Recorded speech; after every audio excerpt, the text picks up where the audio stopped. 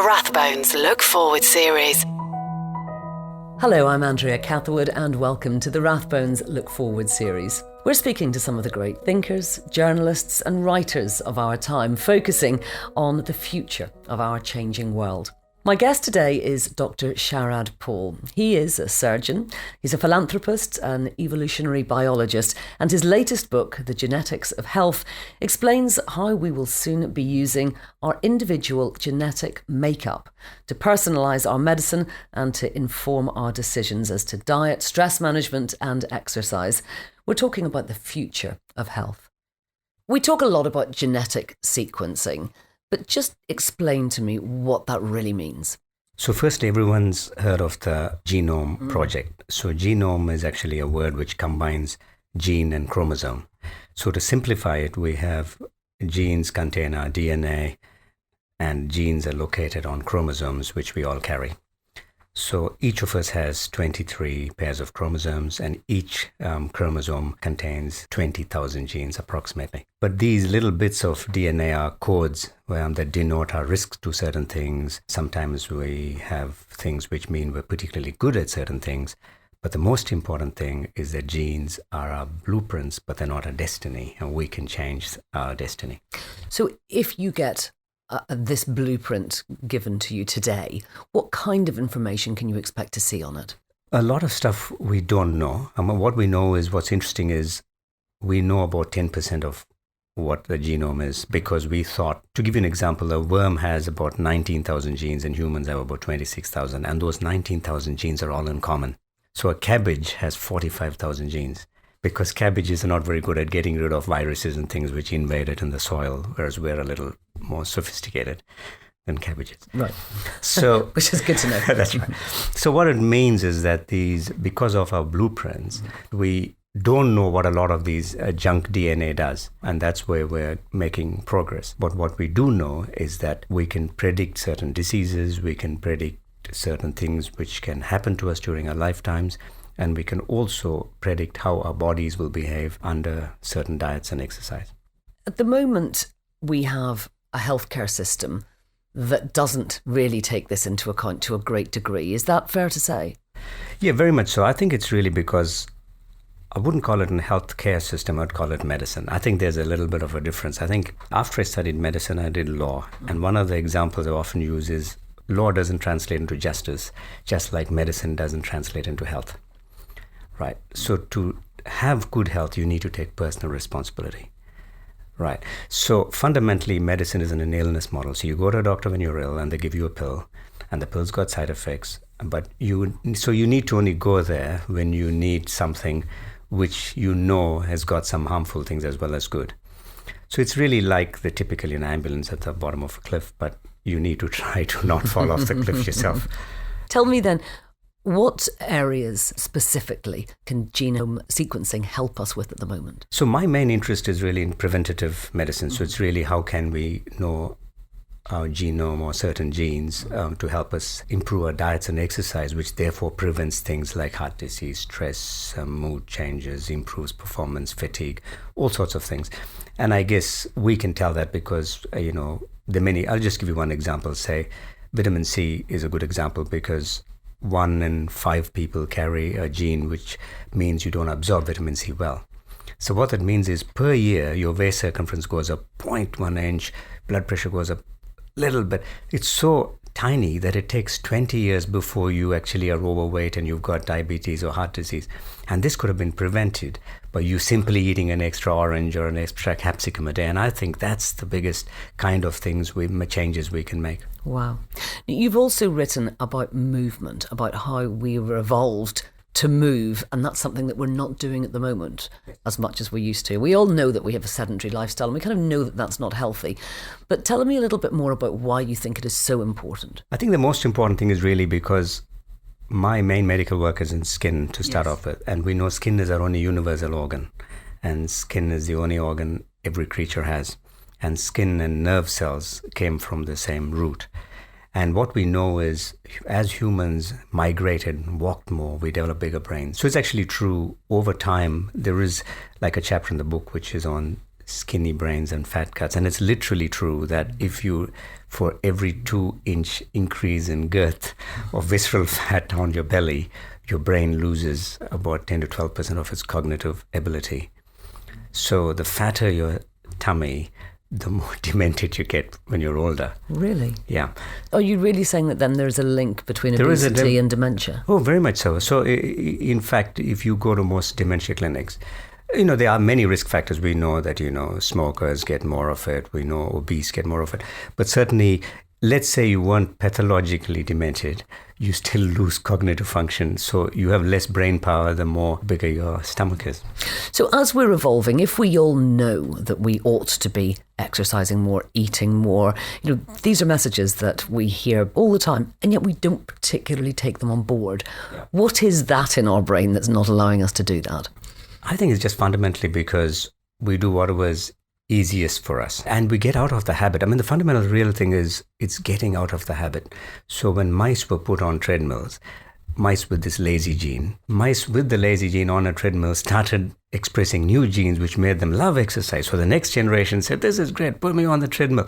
So you can change things, but once you get into the cycle of being lazy, it's difficult to get out of it. So we can change things for the next generation. Or for our own generation as well. That is my question. So Absolutely. How much can we change of ourselves? I mean, is it lazy just to say, these are my genes, there's nothing I can do about it? Oh, no, absolutely. I think, you can modify your risks significantly within your lifetime. To me, the scariest thing is this.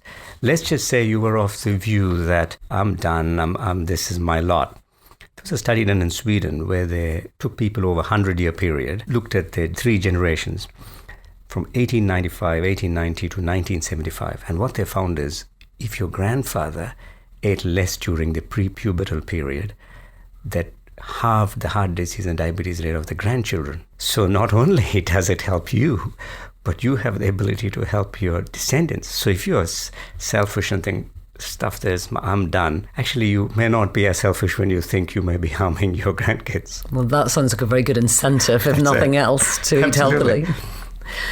I'd like to move on and talk to you a little bit about migration, because we're aware that our genes are passed on from our parents, but what we're perhaps not quite so aware of is the fact that migration has played a part, that what our ancestors did, where they lived, what they ate, that all makes a big difference to us today as well. Yeah, that's massive. I think I call it the double D effect, diet and diaspora. So as people migrated across what they ate and also the climate. So for example, people with Celtic skin were never designed to live in Australia, New Zealand, for example.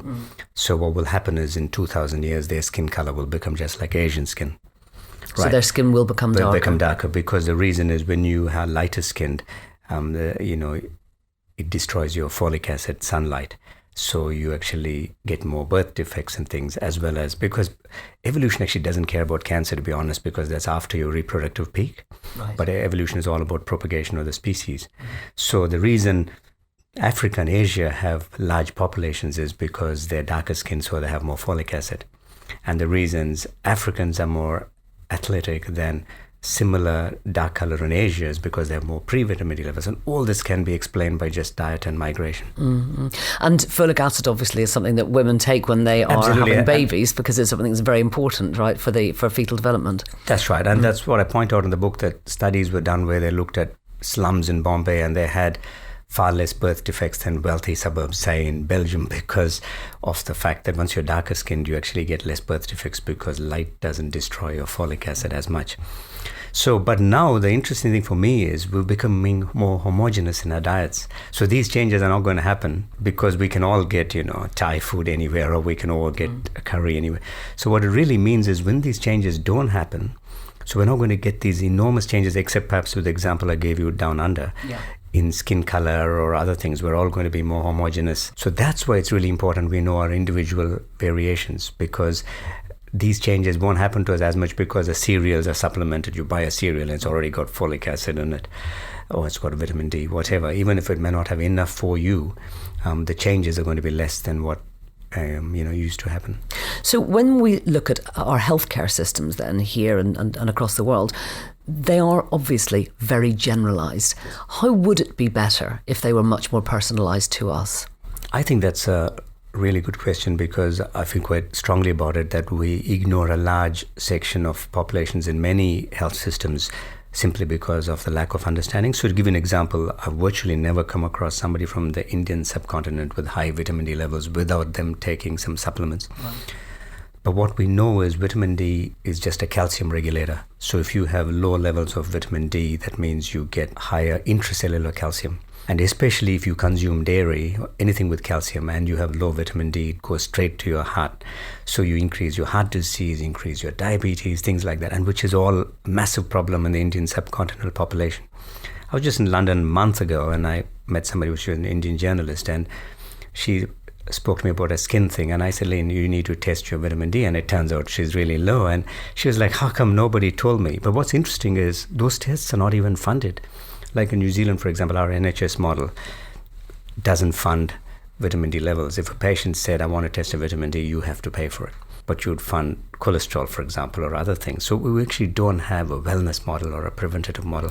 So the wellness model is about doing tests like this vitamin D test, to actually find ways of making us all better rather than us only going to the doctor when we're ill. That's right. And I think partly taking that one step further, the gene testing we were discussing, you can actually do that one step back, and you can test your propensity to get low vitamin D.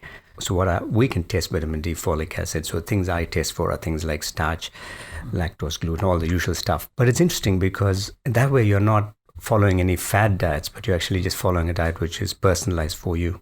Do you think that there isn't enough money at the moment in the wellness industry, and that there's so much money? Obviously, we know how huge the pharmaceutical industry is. Everything that you're saying makes so much sense, and it's almost common sense to treat wellness rather than illness, and yet it's not happening. And I wonder, when you look at what a huge pharmaceutical industry has and the lobbying power that it has, do you think that that is a lot of the reason behind why we're not promoting wellness rather than illness? I think personally I turn it the other way around, and I think those are the biggest risks those are the biggest challenges we face. But actually the real reason is we don't take personal responsibility. So we're used to being told, why don't you just eat this? You go to a supermarket, we're used to seeing stuff on the shelves, and as we discuss, you may think, oh, it's already on the shelf, so it must be okay. Otherwise they wouldn't allow this to happen to us. Yes. Who is they? And I was thinking about this the other day. If you look at the scandal with Cambridge Analytica or Facebook, and we look at it in context of healthcare funding, where we use these algorithms, if you always fund for growth, you're always going to cost you more. It's going to cost you far less if you took personal responsibility. But see, it takes some effort for you to take personal responsibility, because even if I was to tell you, Andrea, you need to cut down your starch, you need to do this, it's not real to you till you see the results. And that's why I advocate it, because you cannot have bad health and good skin. So if nothing else, you do it because you can look your best, you can feel your best. Vanity might help if nothing else Absolutely. does. And so the gene tests I do are really all about wellness, for the simple reason that it improves your energy, it improves your skin. So if nothing else, that may be a motivation, because, we're all in a selfie generation now. When people do gene tests and actually get a personalised healthcare system for themselves, do you think it makes it easier for them to do the things we all know we should, to cut down on sugar, to cut down on processed food, alcohol, cigarettes maybe? Do you think it actually works for people? I think, yes, it does add some motivation. So, for example, my daughter did it, and she's at university. That generation typically don't follow anything rigid. And I'm surprised that, every time she's eating something, she's like, Dad, I've got this salt gene. So she's suddenly taken it upon herself. And I'm like, sometimes, you don't have to be that fussy about it. But she's actually very fussy about it. But I think people do take it on board if they can see it in black and white. But the second thing is, there also may be other things which, like some people, for example, can't digest starch or lactose or something, and it actually makes them feel a lot better. Like I had an email from somebody who suddenly stopped getting migraines, and they were on preventative medication. So you actually may start feeling better. Tell me a little bit about the coffee study that you did. You looked at the genetics of coffee. Tell me about that. Coffee is very interesting, because very recent gene, the caffeine gene, because ancient men didn't have coffee, and then it was discovered in Africa, and then it was a stimulant, and then everybody got hooked on it, or many got hooked on it. So the coffee gene is interesting only because it's literally a black and white. 50% of the population metabolize coffee fast, and 50% metabolize it slow. So if you're a slow metabolizer of caffeine, what it means is if you exceeded, say, 200 milligrams a day, and to give you an example, a double shot espresso is 160, Turkish coffee is 150, single shot is 80, plunger coffee is 120. Right, so you exceeded 200, then it increases risk of heart disease and kidney disease and things like that down the track. But if you are a fast metabolizer, then actually coffee is quite good for you. So that's why, you sometimes see reports in the newspapers, and this is what is confusing people. One day you read a report saying coffee is really great for you, and one day you read one saying coffee is terrible, and you think these were all scientific studies. It's because people are not individualizing it. So these studies were done in both Asia and in European populations, and the results are consistent.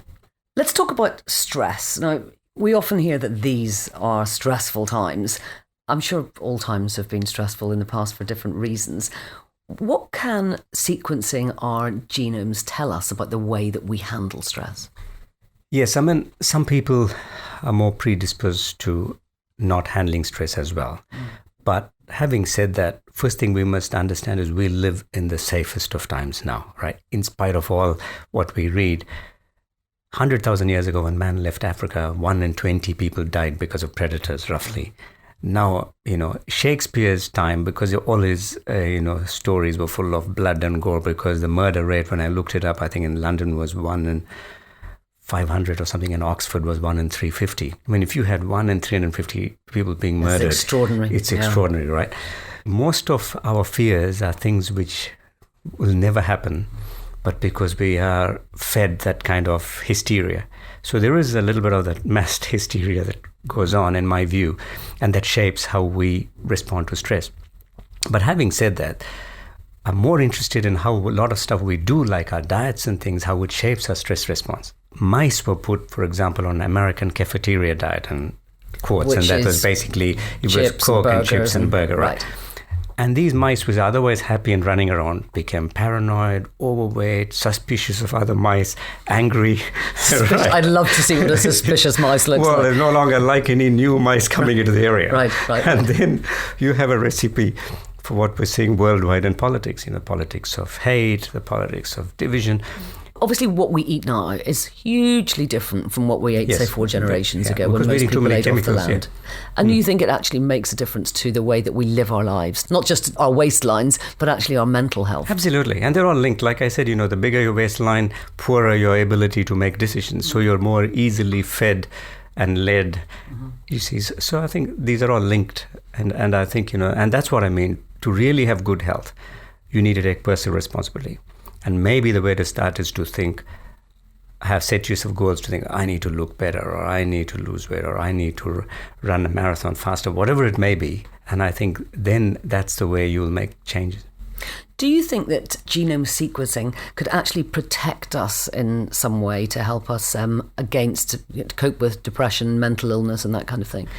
Yeah, I must say, I'm a bit wary about interfering too much with the genome in diseases, because it brings on a whole new ethical consideration as to how sustainable is a planet if nobody died, for example, right? And secondly, are we just medicalizing things which are not necessarily medical problems? But on the other hand, I really think that once you know your susceptibility, nobody who is depressed really enjoys it. And I really think once people can see changes, and of course you need support and you need medications when necessary, but I really think people do make changes when they can see it. And I don't think there's enough realization that what we're eating, because doctors are not trained in nutrition. 1 day a week I work with kids in schools, and last week we ran a program in a very poor school. We brought in all the parents, fed 140 of them and taught them about healthy eating. I got a chef to cook a meal to show that for $10 you could actually cook a healthy meal rather than just go and buy fast food. And I think, but those kind of things are not done in mainstream medicine. So it's a generational thing. One thing that I thought was very interesting was looking at some of the drugs that many people take, that are sort of shortcut drugs, if you like, to try and fix our mental health. For a lot of people, those drugs don't actually work. And again, that's a genetic predisposition and something that actually genome sequencing can actually fix, and in the sense that it allows you to know whether or not that drug's working or not. Tell me a bit more about that. Yeah.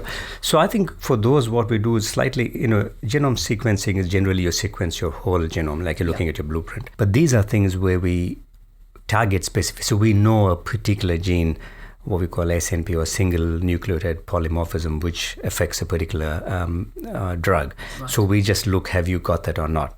So we can pick the people who would have a higher risk of getting complications on anti-inflammatories, higher risk of bleeding on, antithrombotic pill. So we can pick those who would respond to it. Now, mental health is interesting because the funny thing about it is there's not a lot of science in it at the moment. And what I mean by that is some drugs raise your serotonin and they're supposed to make you happy. Some drugs don't do that and they're still supposed to make you happy. So we don't really know. A lot of it is actually also on faith. Right. And this is interesting. See, the faith response is very interesting because the placebo effect, for example, we rubbish homeopathy and things like that because they're not scientific. But many doctors also believe in God. So you can say, isn't God just homeopathy? Right, another way of looking at it. But there is a gene for that. So there was a study done. They put 70 people on a migraine pill, 70 people on acupuncture for migraines, and 70% on nothing. And this was for extreme migraines. And as expected, most people on the migraine pill got better, 50% on acupuncture, and nobody on nothing. But this was a nocebo trial. The guys who didn't get better were actually on the real medication.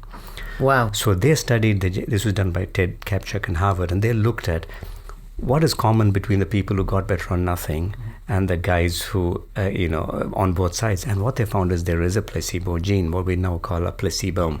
So we know that certain people have certain genes or genomes that make them more gullible, or in other words, it's a faith gene. Mm-hmm. So in my view, if we know that it's going to work for you, and I must stress that you can't shrink tumors with it, but you can relieve symptoms. So it's good for symptom control, like, it could be depression, could be. So in my view, if you have the gene and you could give somebody a nothing pill, what's wrong with it?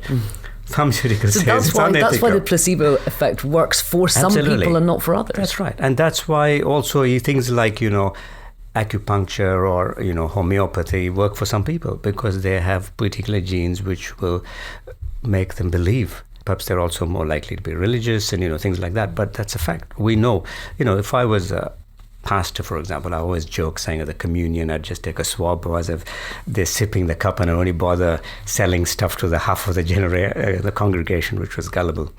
But it's true, yeah. We all have a gullibility gene. You've also said that surgery can be a placebo effect, and that sounds quite outrageous to many people. Just explain to me the thought behind that. Yes. In fact, tomorrow I'm speaking on this at the Royal College of Physicians, and they're probably not going to invite me back.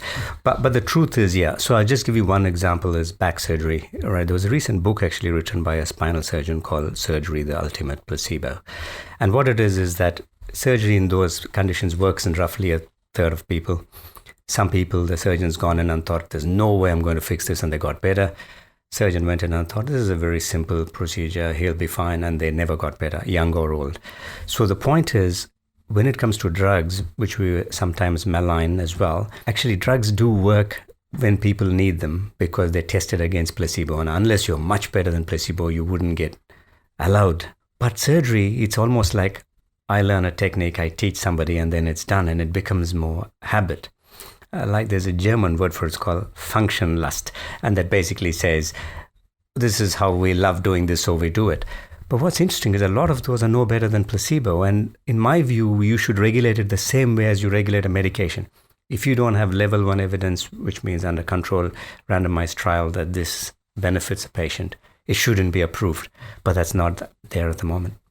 I'd like to look forward now and ask you about what you think the likelihood is that we're all going to have our genome sequenced, that this really is the way forward in medicine. So I don't know if it's good or not, but I think that unfortunately, so for example, the NHS has launched a 100,000 genome project. Mm-hmm. So what they're doing with that is they're sequencing 100,000 genomes of about 70,000 people with rare diseases. The idea is to look for patterns. So the concerns I have in this is also, we're also sequencing animals, and we're sequencing humans, and we're sequencing every living organism. Artificial intelligence is very good at pattern recognition. So in my view, in medicine, fields like pathology, even dermatology, radiology will be dead in the next generation simply because machines will be able to diagnose because they can pick patterns better than humans. But in my view, once you're feeding all this information to machines, these machines then learn how these building blocks are assembled. And I think we're heading into some dangerous territory unless we really think about it. What are your concerns? My concerns is that we could end up a mere footnote that we were a species which existed before the next generation were half robotic, artificial intelligent creatures were the ones which really rule everything. And it's actually... Wow, that's quite sounds, out there in terms of a it's fear absolutely, of a kind of dystopian future. And, I am an optimist and I'm positive to live my life, but I actually worry that people aren't seeing the dangers enough. So every time I talk to people who are in this field, they're like, let's just use artificial intelligence to see, we can see. Like some guy is right now assembling a woolly mammoth because they found the woolly mammoth gene and they put it into an elephant because obviously they couldn't find enough mammoths. And so what happened is now there's going to be this elephant with features of a woolly mammoth running around somewhere in Russia, but we don't know what is that creature going to do. And the thing with artificial intelligence is, one thing which made us human, one thing which made us gullible, one thing which made us successful migrants is we looked after each other. And artificial intelligence doesn't know right from wrong. It isn't here to look after us. That's very interesting. Another real concern that a lot of people have about being given their genetic blueprint, if you like, is that they will know what might go wrong in the future. I mean, there must be a lot of ethics around the idea that if you can't treat something like dementia, do you want to know that you're going to get it? What do we do with that? Yeah, it's a good question. And that's really the only reason why I don't test for any diseases, even though I'm often asked to. So I pretty much just test for things which are actionable, which you can change and which will give you a meaningful benefit. Yeah, I agree. I think unless a disease is completely eliminatable, we shouldn't be testing for them. But the problem is even in those diseases, we then have to ask our question, is how much is too much? Because, there's one thing about alleviating suffering and another thing about overpopulating our planet. And I think there is a balance. Would you recommend that all of us go and get genetic testing? I mean, it seems to be something that it's quite easy to do now. Is it something that you think that we should be doing? I think really, because I run a gene testing company, of course, I'm going to say that all of you have to do it straight away. Right? but other gene testing companies are available. That's right. But the truth of the matter is, I think testing for wellness is a good idea if you want to optimize something. So it may be a goal of, like I said, a specific target. You may think, oh, my skin is just not looking its best. I'm getting tired in the mornings. I'm not. So there are things you can optimize which you may not be aware of. What I found most interesting is a lot of people who told me when they sent in the sample, I already know I'm gluten intolerant, weren't. So sometimes you get carried away by the fad, because everybody says you're gluten intolerant and then you eat it and then it makes you feel worse and you may actually be having the placebo gene which is working against you. So sometimes it helps you. But on the other hand, I don't think we should be testing for diseases. So to give you an example, the famous Angelina Jolie breast cancer gene. Yes. We know that 90% of women or 95% of women who get breast cancer don't have the gene. Mm-hmm. So, so that sort of puts it in perspective. Mm-hmm. Is it something that's going to become commonly affordable? Very often with these things, they start off extremely expensive and then the price lowers. Is that what we're going to see here? Yeah, absolutely. I think it's going to become very affordable. Mm-hmm. But the question is, how do we set some regulations around it, or how do we set parameters around it that people know what we should be testing for? Because, at the moment, just like this, you wouldn't, if you left it to an unregulated pharmaceutical industry or the food industry as it isn't regulated with processed foods, you pretty much can add lots of stuff in it. And in my view is, what all are we going to be promising people? And we need to be realistic. The other thing is, of course, you may get to a situation where unless you've got that, your health insurance will not insure you. This is quite scary. Are we likely to arrive at a point where you have to have this kind of genetic testing? Well, I hope not, personally, and that's one of the reasons we don't test for diseases. But it's very real fear. And in fact, in the US, already a lot of the insurance companies do actually offer these kind of testing. But the scary thing is you probably may not be covered. And it actually in some ways worsens the things between the haves and the have-nots. The access to treatment is still expensive. So in my view, the cost of the testing comes down. But is it going to bring the cost of treatments down? And so are we going to even make a bigger gap between the haves and the have-nots? And I think that's why we need to be more balanced.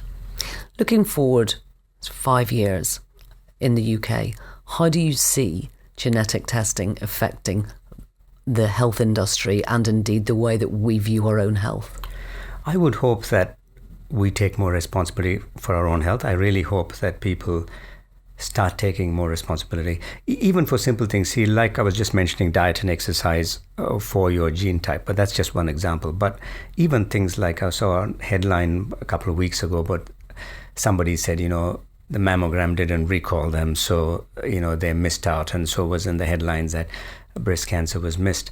So in my view, because we've become like sheep, we're not taking responsibility. It's up to the NHS to tell us when we need our test. You don't do that with your bank balance. The manager doesn't tell you. So in my view, this is one life you have. This is one body. Treat it like your bank balance. I mean, when your balance is low, and you're not relying on the bank manager to remind you, saying, oh, you need to earn a bit of money here. And I think it's the same. We need to invest in ourselves.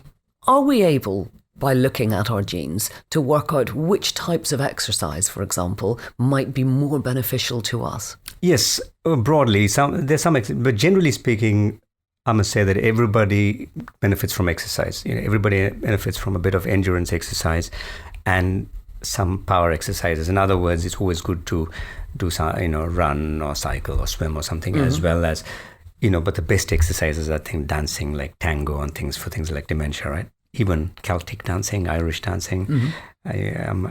So I guess the thing is that, but there's certain people who are particularly predisposed to something. So we can actually pick specific forms of exercise which works better for them. Yeah, absolutely. And obviously the same with diet. We can actually tailor our diet. Oh yeah, absolutely. Because of the genetic information that you can find. And that's all the focus of my gene testing is really on diet and exercise, because it just avoids the illness model. That's lovely. Sharad, thank you very much indeed. That's right. It's a pleasure. So let's, when we look at the pharmaceutical industry, which is obviously a huge industry, huge amounts of money there, and we look at the drugs that we're all being given, can the genetic testing actually tell us which people benefit more from those drugs and for whom those drugs actually are a complete waste because they don't work? Yes, I think many drugs like, anticoagulants and things, we can actually predict for whom they will be effective. But on the other hand, we can also predict which people will get more side effects. So in actual fact, it's twofold. Gene testing can also tell you you're more likely to develop a bleed from it, and it can also tell you it's more likely to work for you.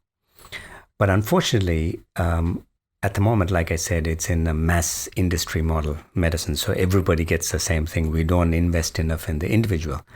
And if you think about it, somebody making the medication has hardly got an incentive to reduce their sales if it's an industry model. So that's why I talk about personal responsibility. So it should be you and your doctor, if it's an NHS model, should be saying, I want to put you on this medication, but before we even pay for this medication, say the NHS needs to see that it will work for you. And I think the test will become cheaper. So are there common drugs that you can identify just don't work for people? Yeah, absolutely. I mean, there was a real study with clopidogrel or Plavix. We know for anti-inflammatory drugs, we know there are other genes, which means that they get more side effects, so which means they can be not prescribed those medications.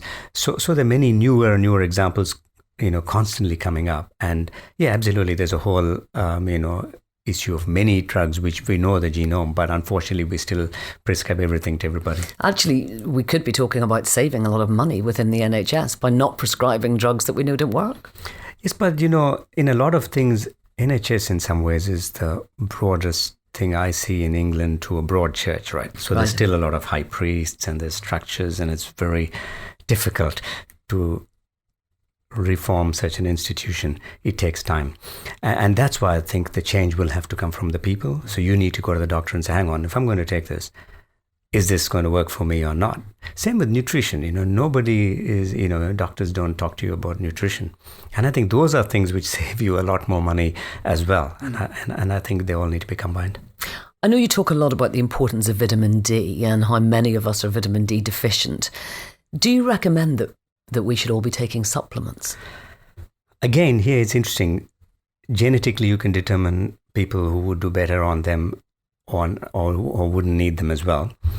Because the problem with supplements is majority of the supplements just make your urine so expensive that you may as well bottle it and sell it and you have a side industry.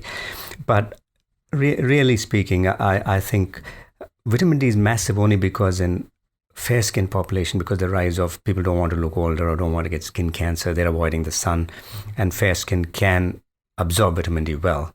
Darker skin, like in Asia, can't absorb vitamin D well, and they don't want to go darker because of implications with caste and various things.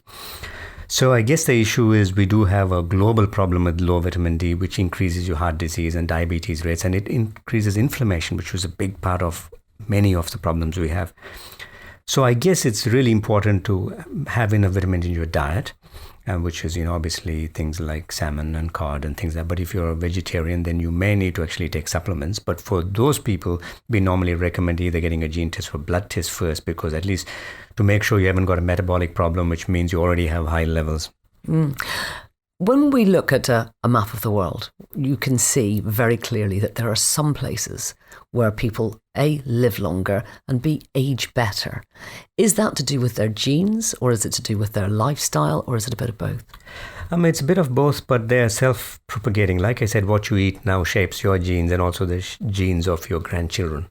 So really those people's genes became better only because they're living the lifestyle, right? So genes don't just come out of nowhere, you create them, right?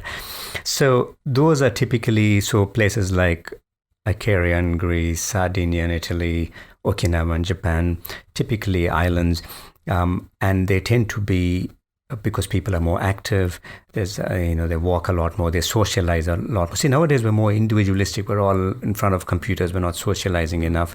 And the other thing is they work on a 80% rule. In other words, they eat until they're 80% full, always say have room for another plate.